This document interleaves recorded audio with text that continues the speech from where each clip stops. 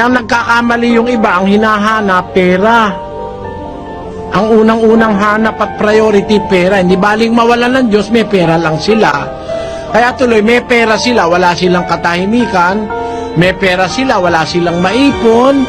May pera sila, napupunta lang kung saan-saan pangangailangan, nakakagipit-gipit pa yung iba, nalulung sa sugal o sa bisyo, etc. Kasi wala silang Diyos.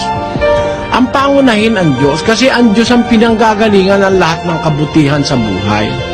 Huwag nating sasabihin na dahil sa hanap buhay, wala tayong panahon sa Diyos. Lalabas, mas mahal mo yung hanap buhay mo kaysa sa nagbibigay sa'yo ng buhay. Ang Diyos ang nagbibigay ng buhay eh. Tingnan mo nga, mayroong mga tao walang hanap buhay, nabubuhay eh. Mga pulubi, yung mga nakakalat sa daan, walang hanap buhay, pero nabubuhay.